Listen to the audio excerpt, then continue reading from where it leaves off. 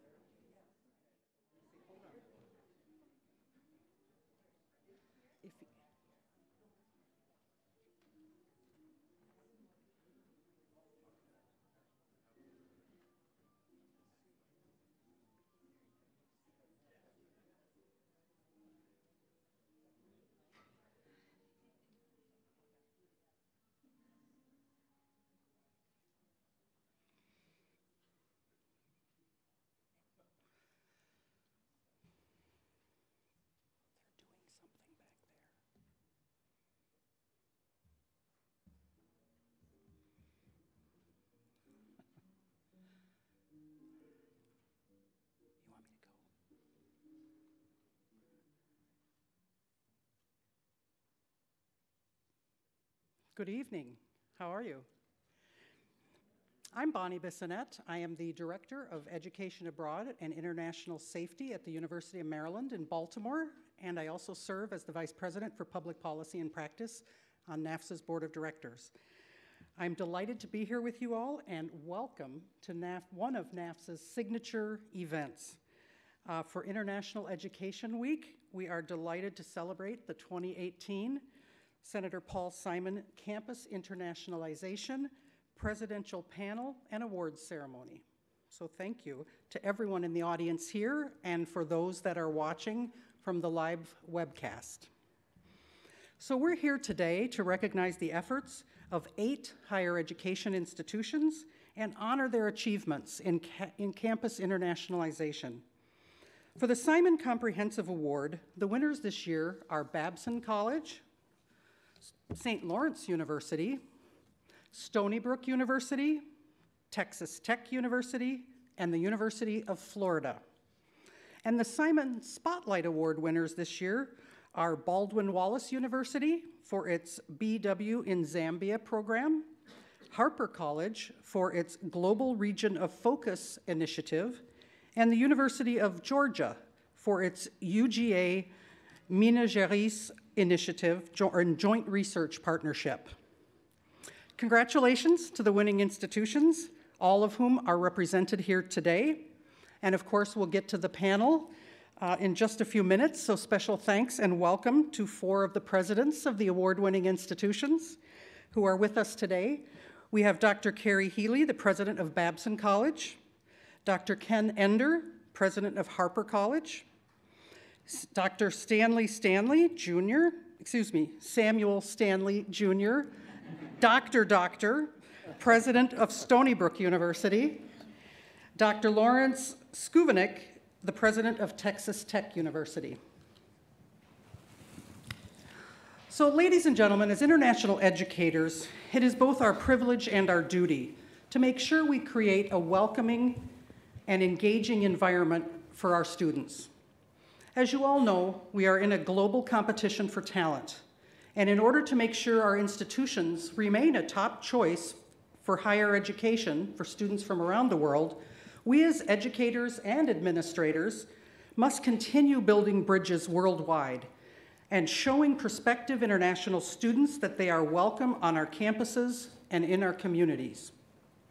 Particularly in a time when some in our nation seek to close borders, to turn away talented individuals under the false claim that doing so will somehow increase security, it is our responsibility to increase engagement with our colleagues around the world and to advocate for international students who we know to be assets to our campuses and communities.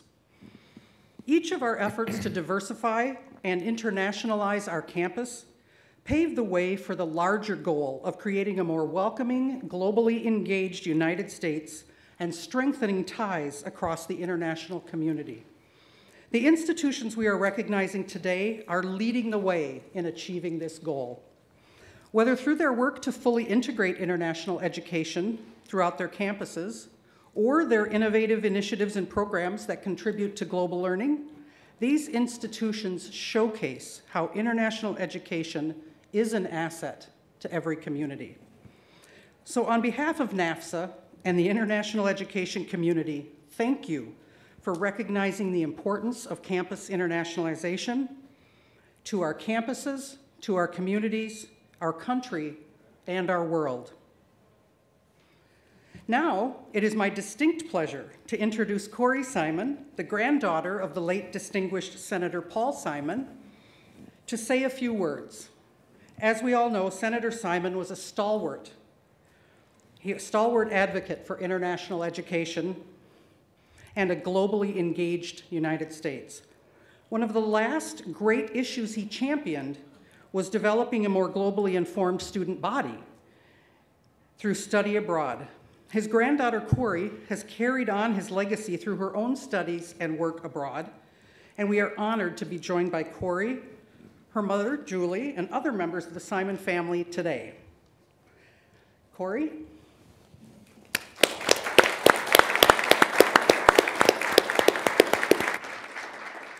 Thank you, Bonnie. Good evening, everyone. I know my dad wishes he could be with you this evening, but I'm honored to be here in his place. My family, including my mom, Julie, my cousin Riley, and her fiancé, Jared, remains grateful that NAFSA has kept this tradition alive. Using the memory of my grandfather is inspiration to increase opportunities for international education. Papa Paul, as I called him, actually played a big role in inspiring my own journey towards international education. When I was 5, he flew to Austria with Riley, and I asked him when I too could go to another country. He responded with Riley's age, telling me that we could go when I was 9. Now, I'm sure he thought I would forget about that conversation, but I didn't. So 4 years later, he took me on my very first trip abroad. I chose Greece, and Papa also decided to take us to Germany to see where he had spent time during his military service. And a few weeks before our departure, he also decided to tack on Albania, simply because he had never been and figured, why not? I returned from that trip with a curiosity for the world and an interest in foreign language. It truly served as a catalyst for continuously seeking intercultural experiences throughout my life. I've been fortunate enough to study in Uruguay and Spain, and those experiences challenged the views I had of myself and my country, expanded my appreciation for other ways of life, and resulted in lasting friendships. Now, my grandfather could have gotten out of taking me on that trip, but like all of you, he knew the importance of exposing the next generation to the world outside their own communities. During the last years of his life, my grandfather chose to focus on international education and study abroad in particular. In 2003, he proposed sending 1 million students a year to study abroad in predominantly non-traditional destinations. Having traveled to over 100 countries in his lifetime, he saw so clearly the need for building bridges of understanding between cultures. He knew that if we could make study abroad the norm and not the exception, and at the same time continue to open our doors to international students, that within a generation, those bridges would begin to span the divide of misunderstanding, creating a safer world for us all. 15 years later, we're still working toward his goal, but progress has been made. And in large part, to NAFSA's efforts, we will continue to push for the passage of the Senator Paul Simon Study Abroad Act. We hope that all of you will help us in this effort as well. In an era when some of our leaders seem intent on driving wedges between peoples, it is critical that we have educators encouraging the building of bridges by facilitating intercultural exchange, both abroad and here in the US. Tonight, we celebrate the progress you have already achieved.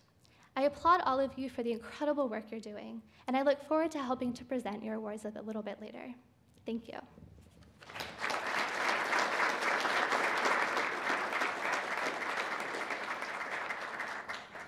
Thank you, Cory. And I have a feeling we were just meeting a new international educator in the making.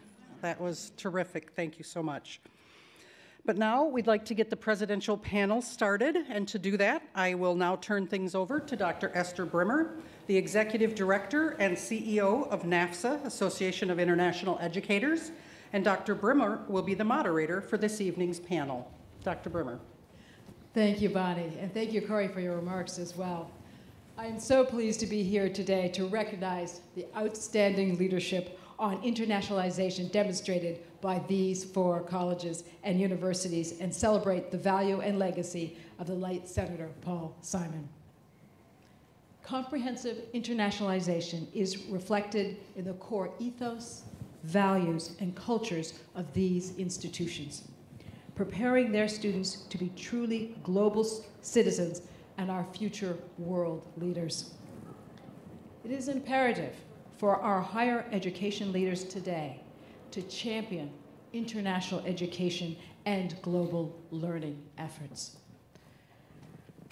For our format today, I'm going to start off by asking each of our presidents to respond to a general question about internationalization on their campus.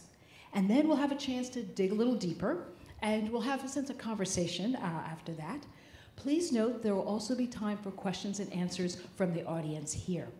So I'll begin by asking, I say, a general question. I would ask, so that each of you can get a chance to speak in this portion of the discussion, if you'd keep your initial remarks to 3 minutes. So let's start with President Healy from Babson, if you may. And a question, though, for all of you. Could you speak on the imperative for higher education leaders to champion and drive internationalization efforts on their campus? And in a sense, what is that role of being the champion for internationalization? Well, first of all, thank you so much, and it's such an honor to be here with all of you tonight, and lovely to meet you, Cory, and to hear about the vision of your grandfather. I think that I am fortunate to have come to serve at a college, Babson College in Wellesley, Massachusetts, right outside of Boston, that was founded with the idea that internationalization was going to lead to world peace. It was founded 100 years ago in 1919, and the founder, Roger Babson, had this idea that if you could simply conduct a business with the interest of advancing humanity, that you could build the bridges necessary to have peace. And so from our very founding, there has been this notion that you did want to reach out, and that business was a way of building these bridges that was sort of neutral and beyond governments, but really people to people. And so I found it very fortunate to inherit an environment where the seeds of this had been both planted and cultivated by prior presidents, to the extent that we have now students present from 87 different countries. We have alumni in 119 countries around the world. It's actually hard to even reach them all and contact them all at this point. But this notion of an international network of business affiliations has actually come to fruition. And you can see the understanding that occurs in the classroom between our students. And there's probably on average 20 different nationalities present in any classroom at Babson. They draw deeply on their knowledge of their own culture and their own business situations to teach the other students. And I think that is really the imperative. When you ask what is the imperative, in order to be effective in the modern world, we need to understand the cultures of all of the students around us, not just in this country, but in others, because we cannot be isolated. We do not operate in isolation anymore. So I'm grateful for my heritage at Babson as an international one, and am doubling down on it for our second century. Thank you. Dr. Enter, would you also like to take up what's the imperative of being a champion in a sense? Why is international important for international higher education? Sure, thank you. And it is an honor indeed to be here. And Cory, I'd echo those remarks. We've had the good fortune to have your aunt, when she was in her governmental role in Illinois, on our campus several times. So it's nice to see another part of the family. You know, we're a work in progress. Unlike, we don't have 100 years of tradition in this space.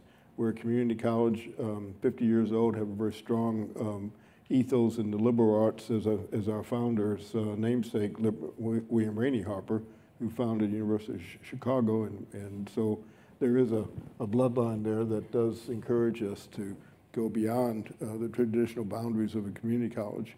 That being said, we are acutely aware that there are no boundaries. You know, in an era of digitalization and with education, being available in conversations, being not marked by time or space, it is imperative, we believe, that our students who will be working in a world that is not indeed bounded by this community college district they happen to live in, but will be engaging folks from all across the globe, it's an imperative for us and our faculty specifically to try to infuse as much culture and custom and language of our global citizens within and across our student body.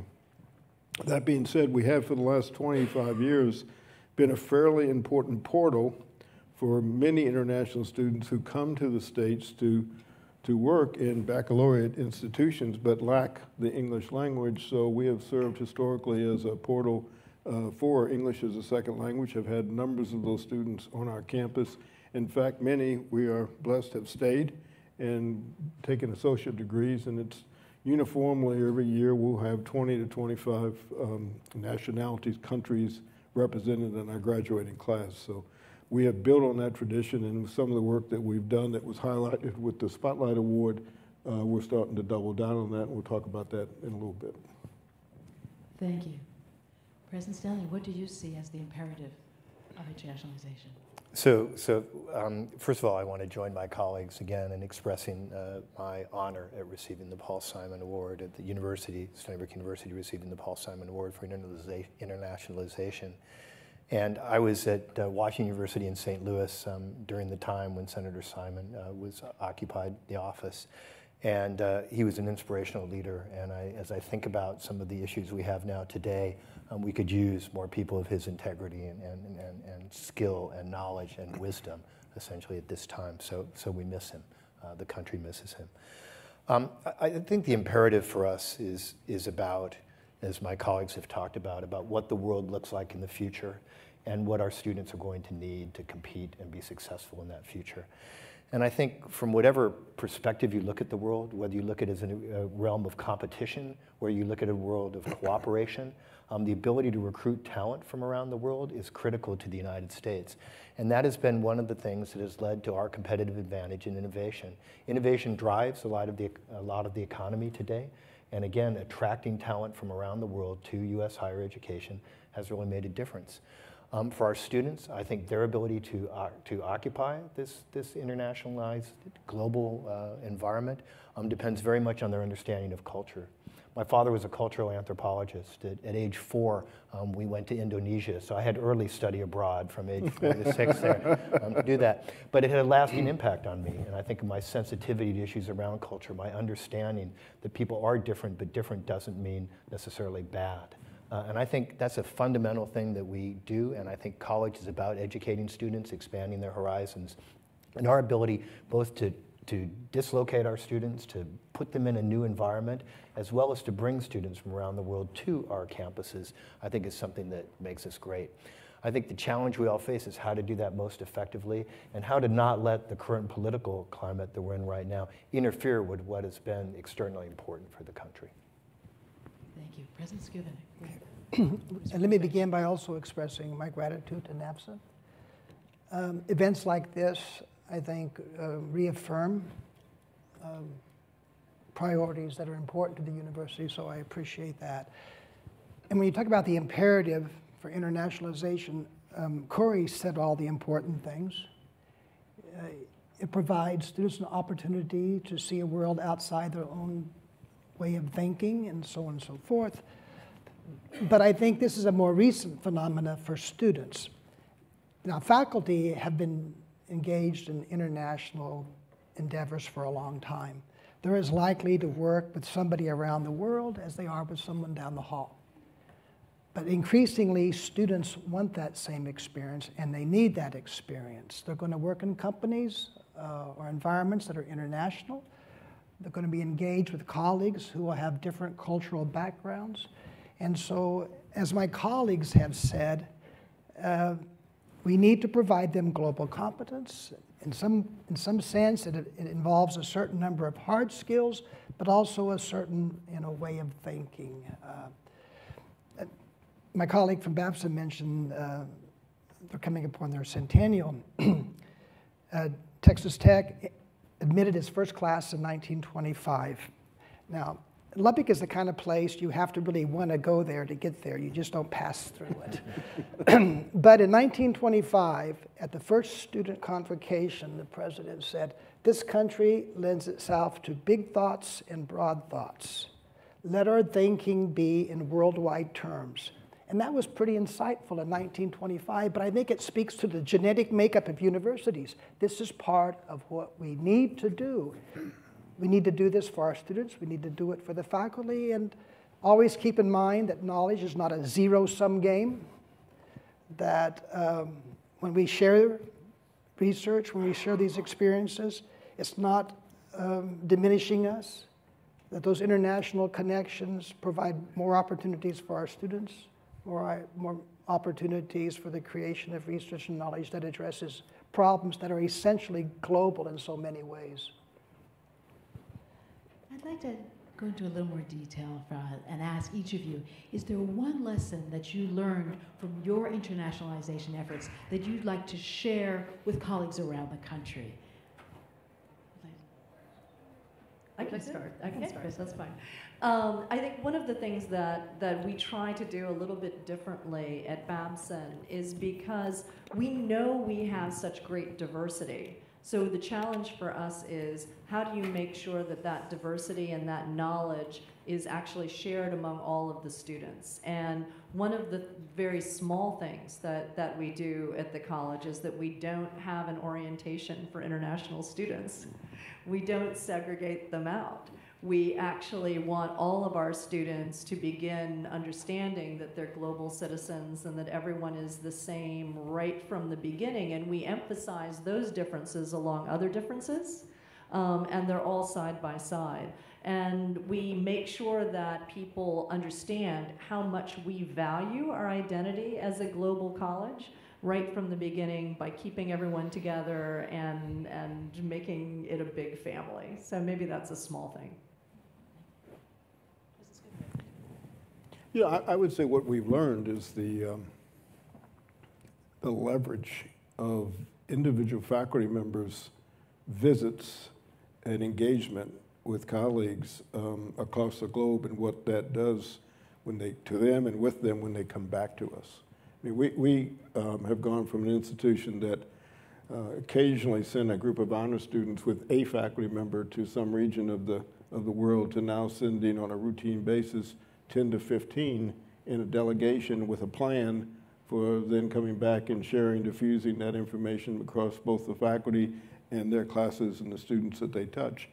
So leveraging that interest, that type of investment that's focused with a plan over time has truly made a difference for us, and I think one that particularly folks in the community college sector who don't perhaps see a path to quickly get to internationalizing their curriculum can do it through the work of individual faculty members who come together. I think learning to be strategic and thinking very carefully about your allocation of resources and what are you interested, essentially, what are the outcomes you want to see from this engagement, because like anything else, there's always limited resources in thinking about it. And for us, I think it's been a combination of recognizing that there's a particular level of infrastructure one has to provide that's going to allow faculty and students to pursue what they want to do, and we have to create those connections and maintain those connections. At the same time, if you want to align with something like research, for example, on campus, there's going to have to be a bigger investment. There's going to have to be much more work done on the ground in another country to develop the kind of relationship that's going to allow you to have impact. And then how do you do that investment and the philanthropy, for example, in our case, it's necessary to allow you to go outside a state budget, essentially, and make a difference in another country. So I think pulling that all together and thinking carefully about what you want to do and what your outcomes are, and they're going to be different. Institutions are, of course, heterogeneous, but I think understanding what's best for your university and what you're trying to get to, and then what are the strategies that are necessary to take you there. My answer is going to sound a lot like yours. I was going to say you must be very intentional in the partners that you collaborate with to make sure that you have a plan that's meaningful and that you can deliver what you say you're going to do. In the case of research, you know, I think most of us probably have hundreds of memorandums of understanding with schools, but how many of those understandings really are revealed in action? For a school like ours, we have a strong agricultural college. Lanzhou University in Northwest China is the right school for us to be doing research because they deal in sustainability and issues because they have a geography that's similar to ours.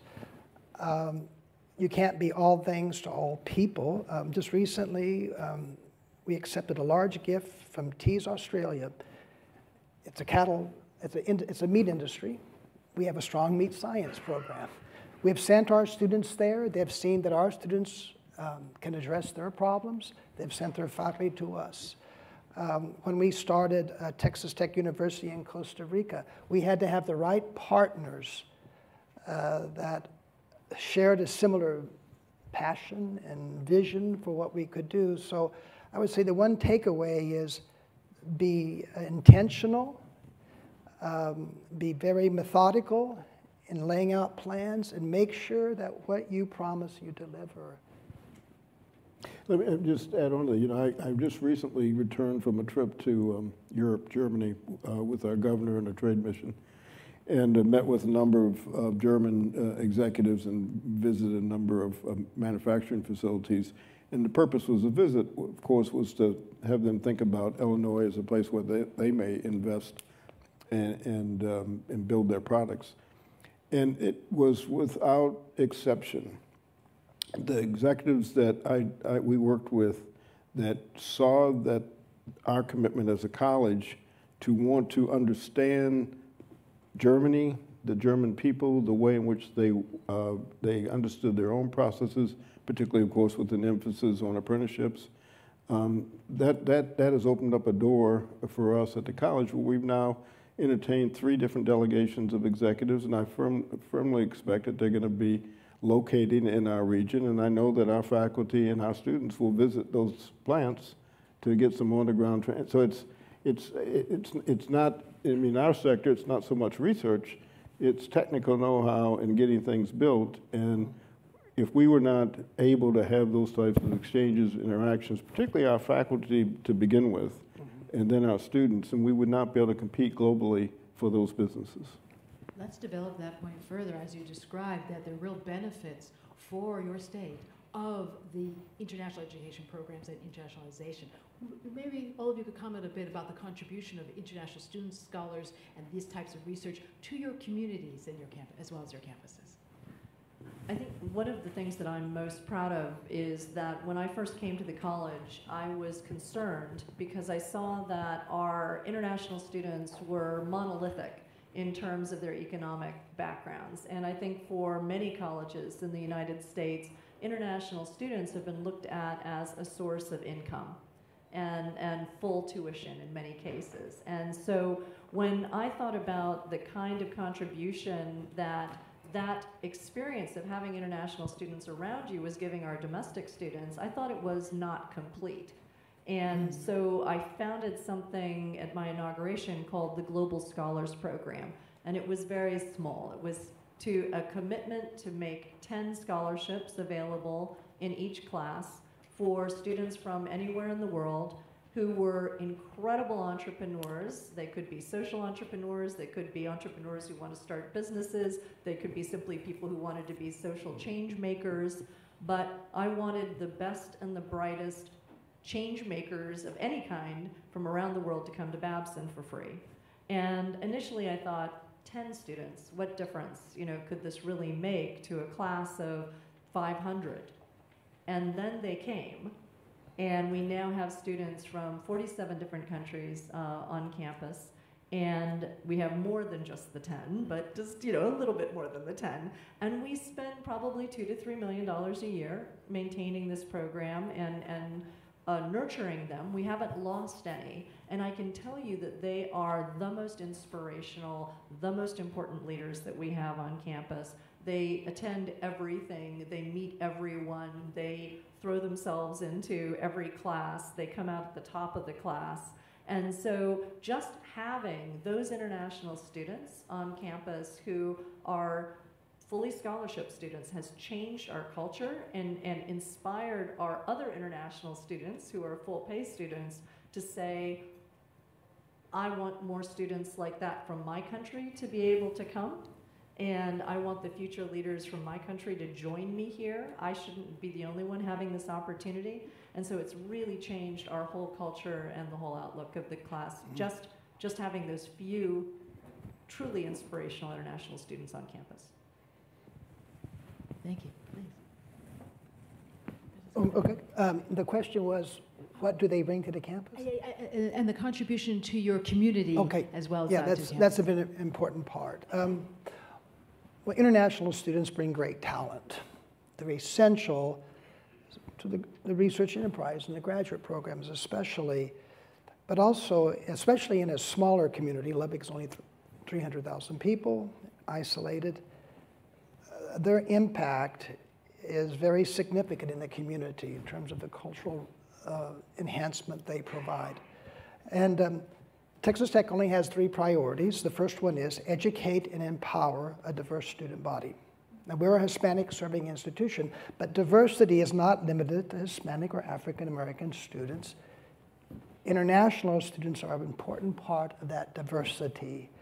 And when you talk about trying to prepare your students to be globally competent, study abroad is an important part of that, but not everybody can go and have that experience. So having international students on campus gives other students a chance to have sort of the exchange of cultural perspectives and communications there without going abroad. Our university would be very different without the presence of our international students, and so would the community. That's an outstanding answer, and I think it could serve as mine, honestly. I think it really does. I'm not sure I have much to add. As the university president, it's one of my jobs to always speak and add something, but I don't know that I have to do that here.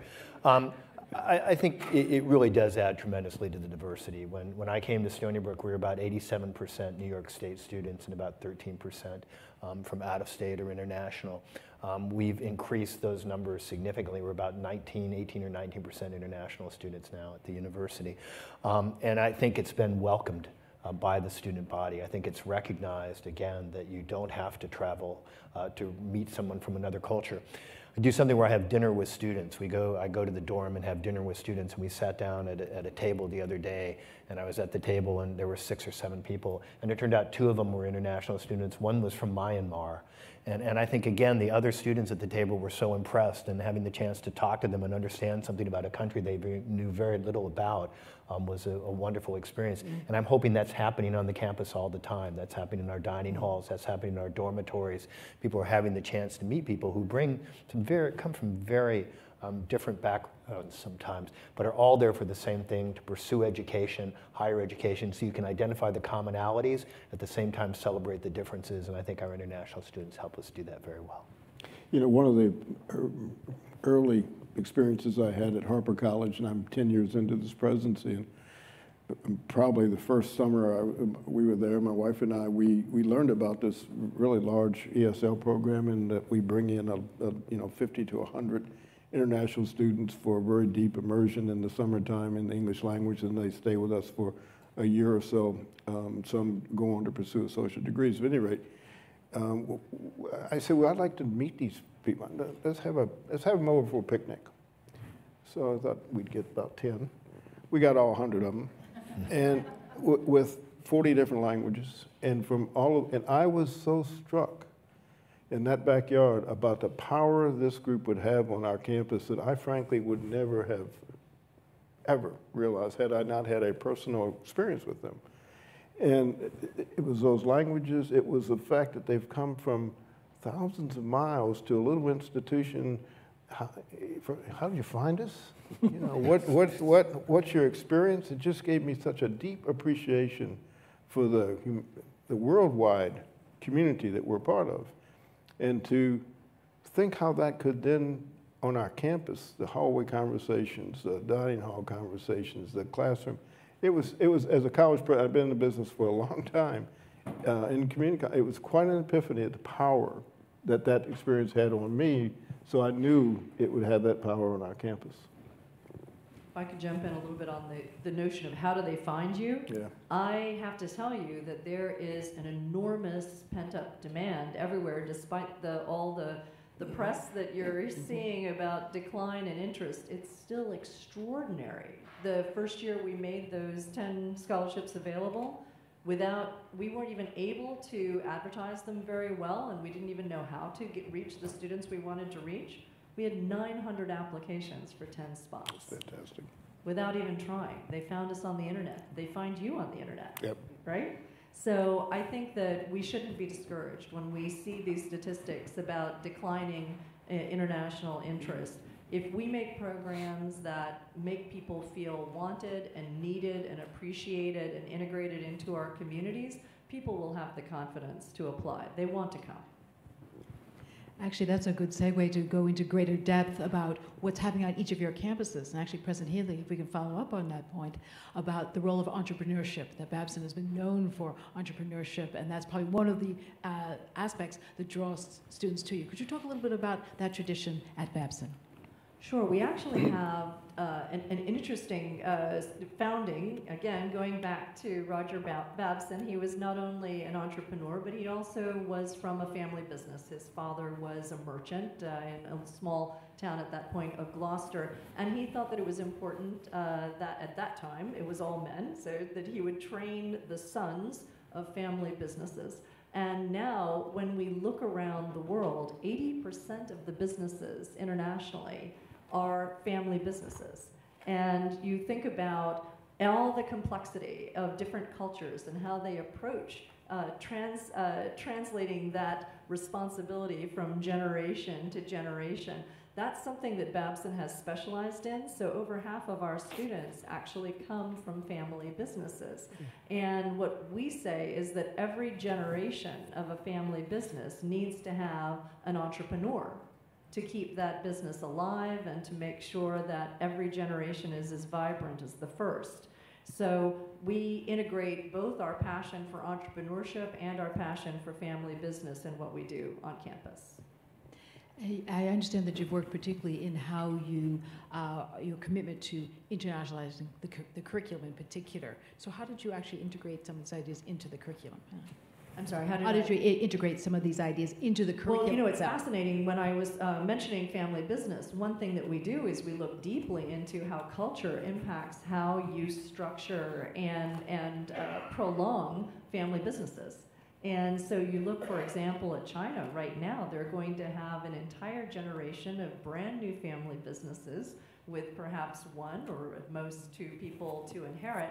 You look at Latin America, you find business families that are now entering the 8th generation of business, and they may have hundreds of people who are involved in those family business structures. So I think that around the world, family businesses have a lot to learn from each other's experience because some are much more mature in their experience with this particular area, and the most mature ones are looking to entrepreneurship as a way to revive and prolong the good run of family businesses.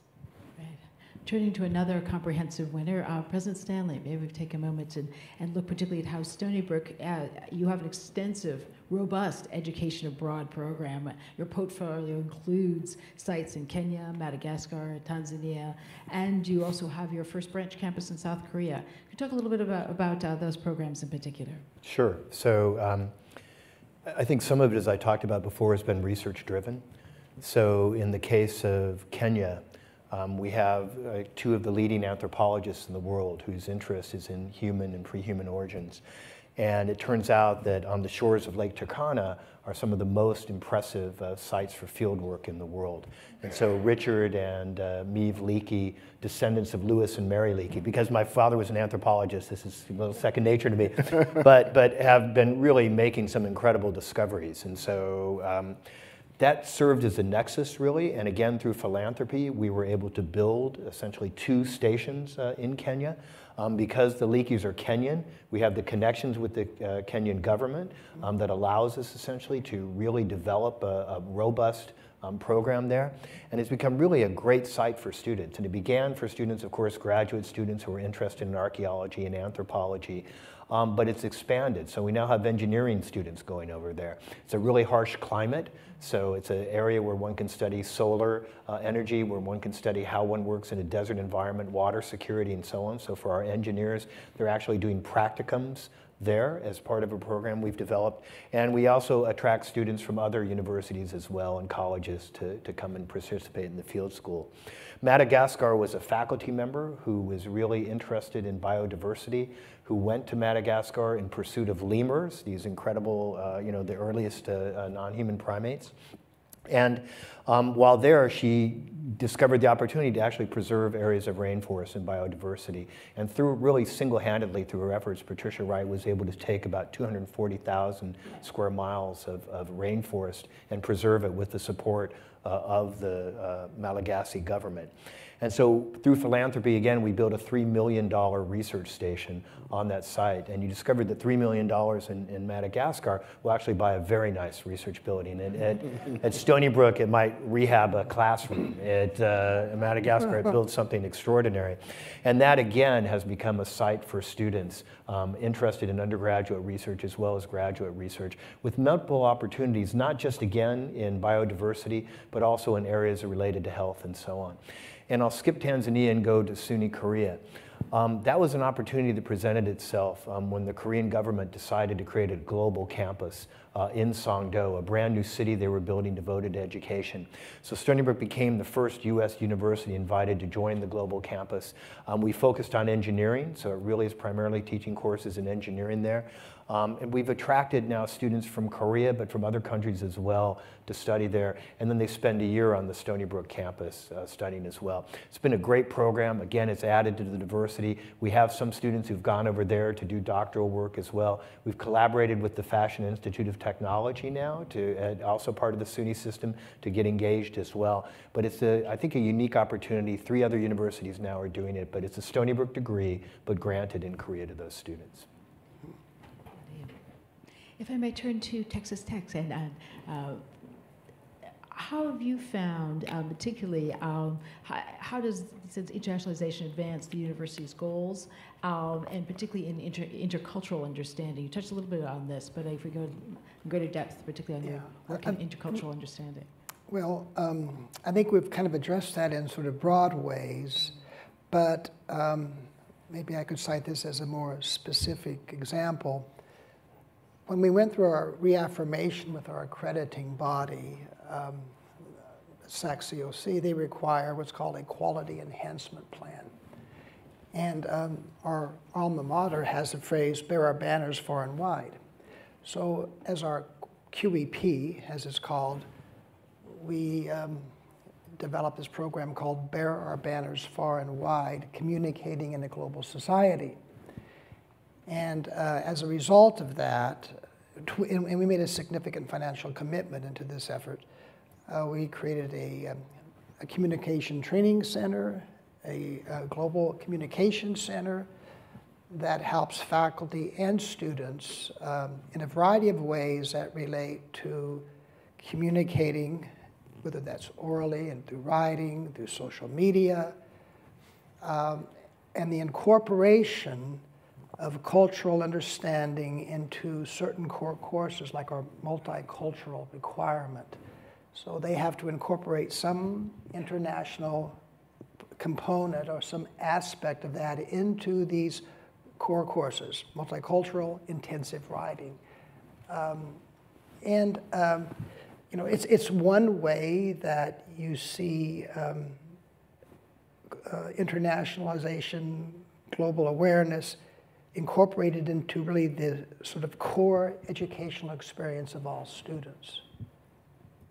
It sounds like, particularly, as you say, both incorporating internationalization into the core experience and into research as well is also okay. Really. Well, yeah. This doesn't really deal with research. The impact of international students and faculty is essential to your research enterprise. There are some disciplines at the graduate level in engineering where 50 to 75% of the students are international. And you have to, and I may have said this earlier, you find talent wherever it is. That's students as well as faculty. But you'll find out that if you recruit international students, it's going to complement your efforts to recruit faculty. And I think we could all cite examples of that. This past year, we hired a member of the National Academy of Science who came from Mexico. I think the fact that we were a fairly diverse campus made it more palatable, that it would be a welcoming area. But also what's kind of interesting about this is that you'll find out that the problems you're addressing are not unique to your area or this country. This person worked in plant stress. And if you are familiar with the environment of Lubbock, it's the perfect place to deal with plant stress.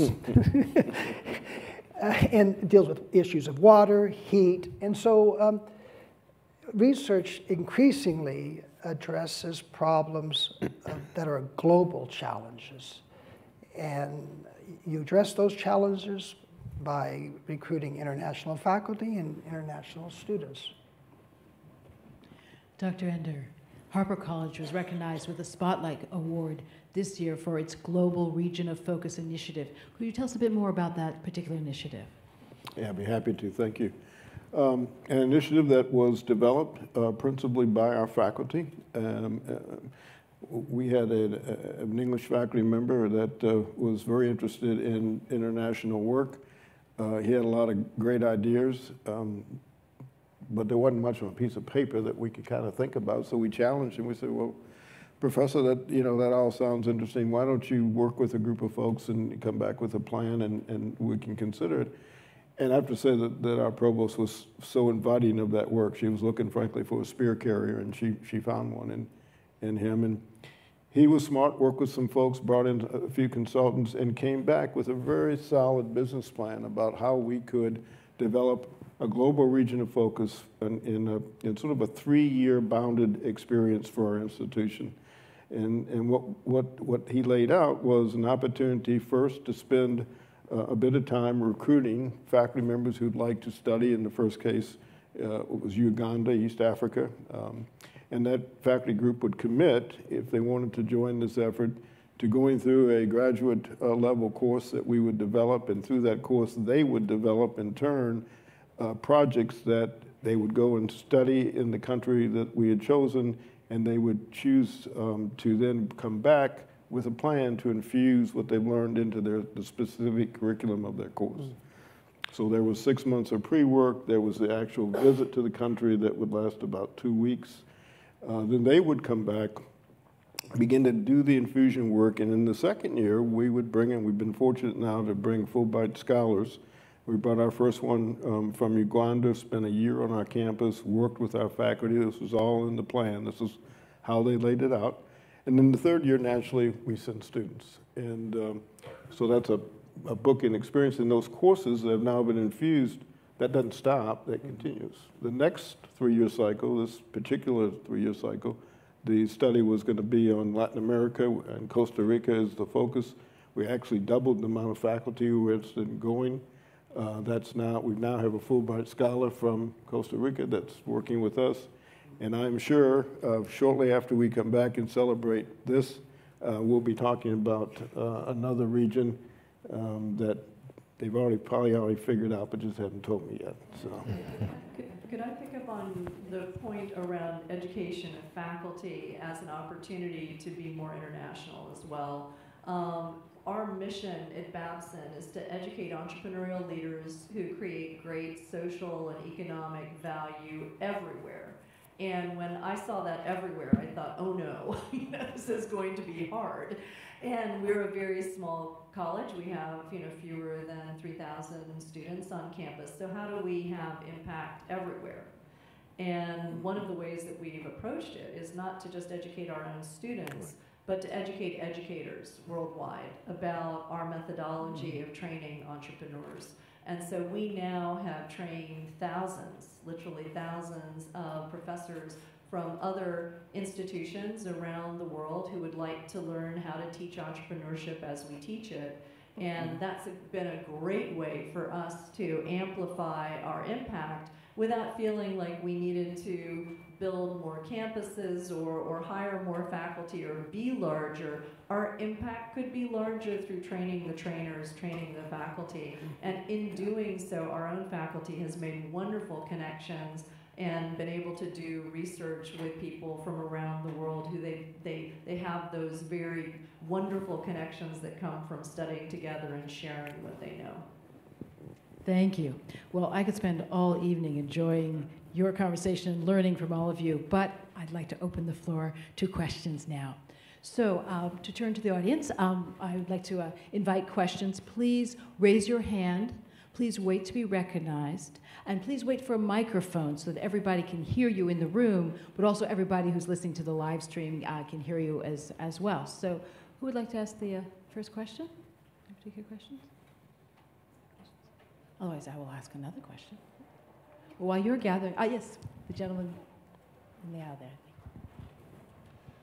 Should accreditation... Please introduce yourself as well. Thank you. No, I'm Bob Hollenbeck. I'm affiliated as an alumni of St. Lawrence University, as is my wife. We believe passionately in foreign experiences, both domestic students going abroad and foreign students coming to the U.S. But should accreditation require internationalization? I'll start with that. I would say, well, I guess I thought you said study abroad. You said international. No. I don't think you can.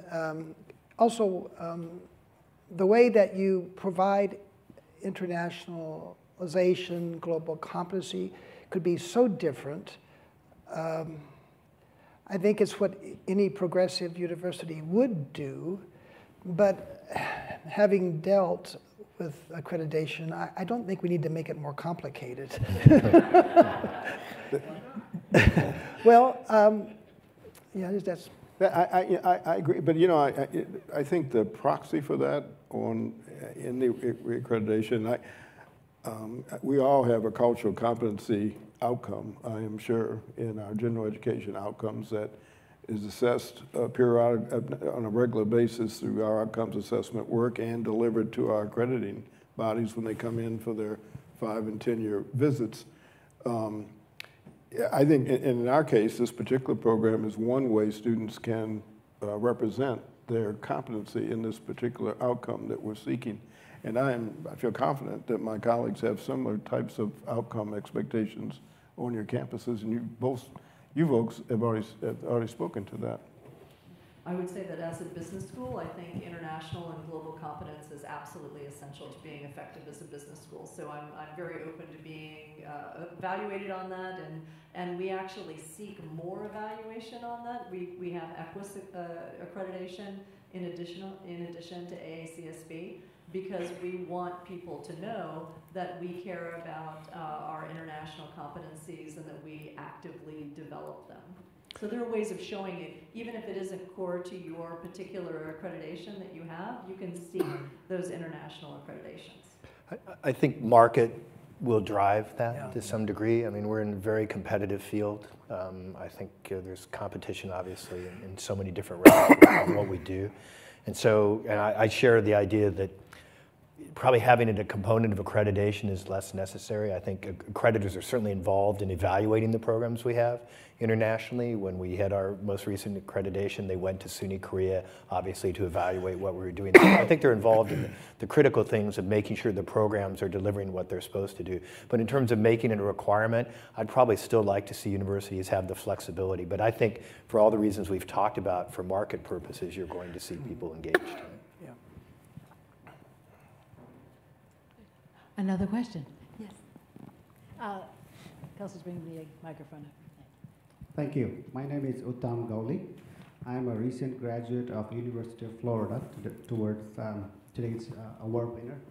And I'm also faculty at Morgan State University, where I'm leading internationalization effort. I am the chair of Internationalization of Education Task Force.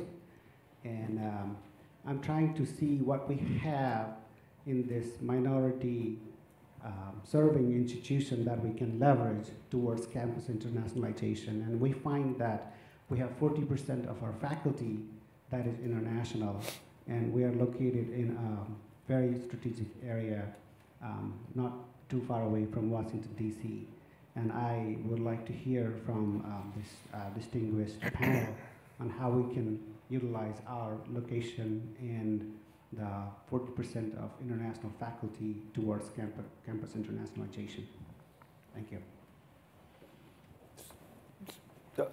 So make 2 points. So the first is, as you know, I think faculty play an absolutely critical role in establishing the connections. So I think these kind of faculty-to-faculty connections with institutions driven by scholarship, driven by research, driven by affinity, end up often being the catalyst for programs that are going to support students and exchanges. So I think that's really important. I think the other point I make, it's not necessarily directly related to the question you asked, but one of the challenges we've found in terms of our study abroad program are helping our economically disadvantaged students. We have about 35% Pell eligible students at Stony Brook. How do we get them engaged in study abroad? In many cases, the finances are really not bad for them in terms of looking at it, but travel ends up being the biggest barrier. So in other words, their costs aren't going to increase very much if they study someplace overseas. And so we've set up, under June Liu, who's our assistant or associate provost for international affairs, we set up a program now where we're trying to develop scholarships, essentially. We've been raising money, as well as using some money we have internally to support scholarships for those students just for travel. So between 300 and 1,000 something, I can't remember, tell me the right number so it's correct.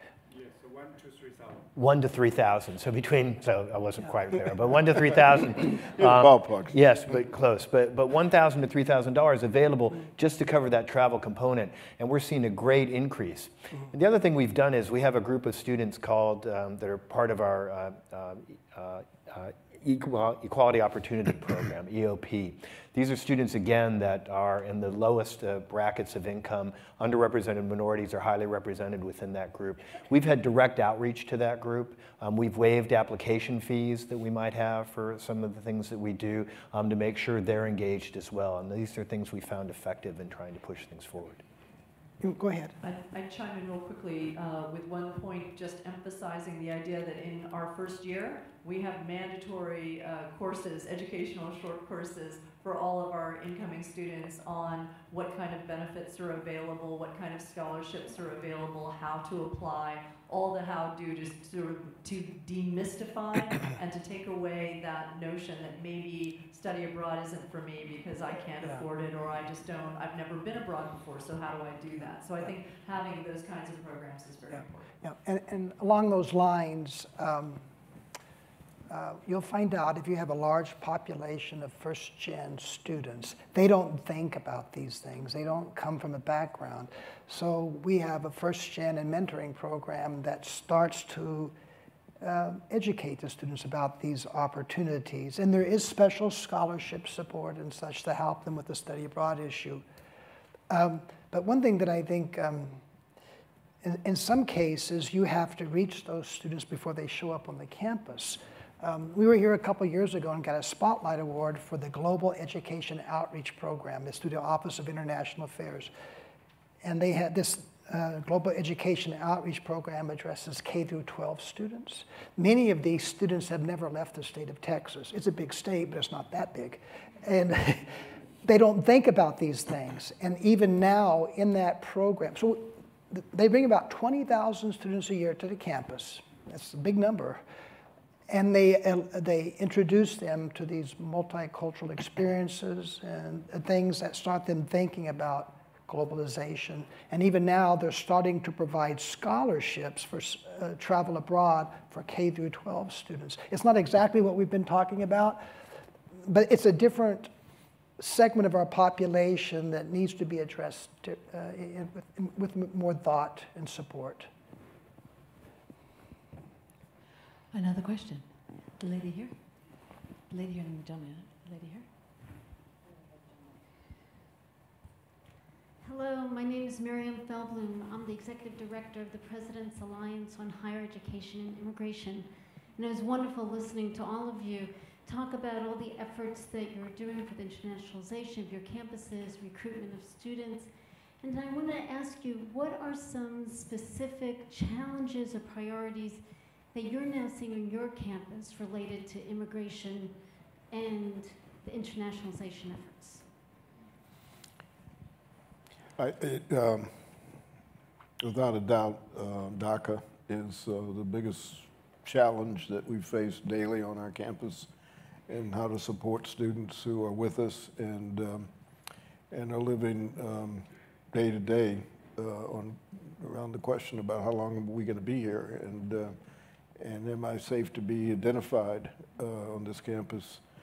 It has been, for our campus, and we have a very large Latinx community on our campus.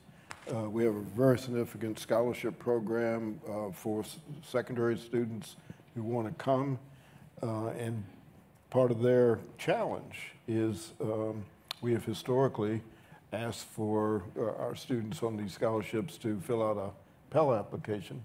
And of course, if you're undocumented or your parents are undocumented, that becomes just an outing behavior. And so working with that has been extraordinarily challenging for us. And in the Chicagoland area, I think most of my colleagues in leadership roles would say that's the one problem on our campus universally that we have yet to be able to get our arms around and sort out how to respond to it. I would also add that one of the biggest issues we have to address is perception. That this country is not inviting, and there's been some travel restrictions placed, but you can often work around these issues, and they haven't been that significant, but it's created a different attitude about coming to the United States. And I think you saw in the Washington Post today, they said international enrollment was down 6%. We were down 2%. The vice provost in charge of international affairs had to remind me what a great job he was doing, only being down 2%. But perception. Yeah, I agree totally. I think on the micro level, I think there's challenges around visas, the granting of visas, delays granting visas. I think that's happening on country by country and even person by person basis, and that's challenging. But I think on the macro level, as was talked about, this kind of two things. I think one is the uncertainty about what's happening next, what's going to happen next in terms of immigration. We know there's going to be restrictions potentially on students that are coming down on issues related to security. That's a problem.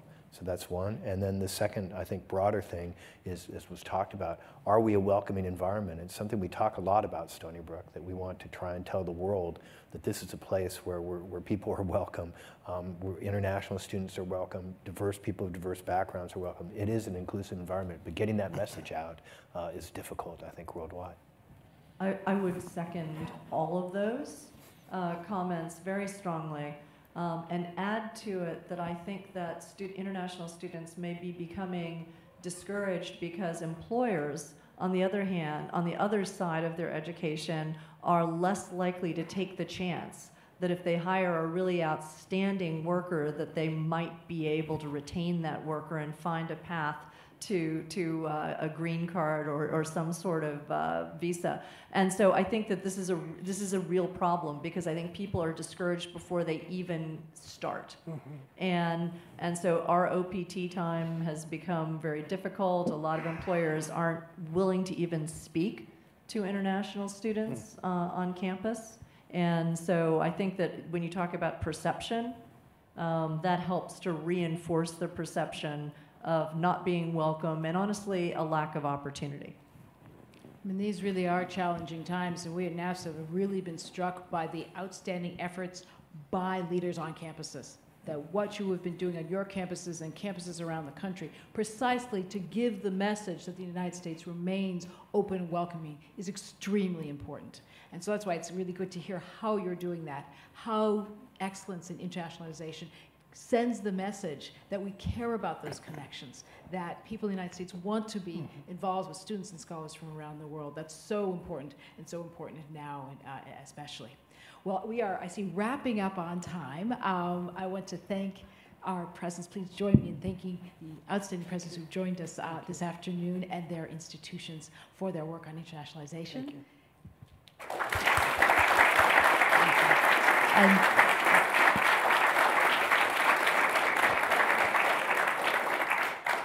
And I'd like to turn it back to Bonnie Bissonnette to close the program. Thank you again. So thank you, Dr. Brimmer, Doctor. And now I would like to invite you all to the awards reception, for those of you that are with us on the webcast, I'm sorry, which is being held in the district ballroom on the lower level. Thank you very much.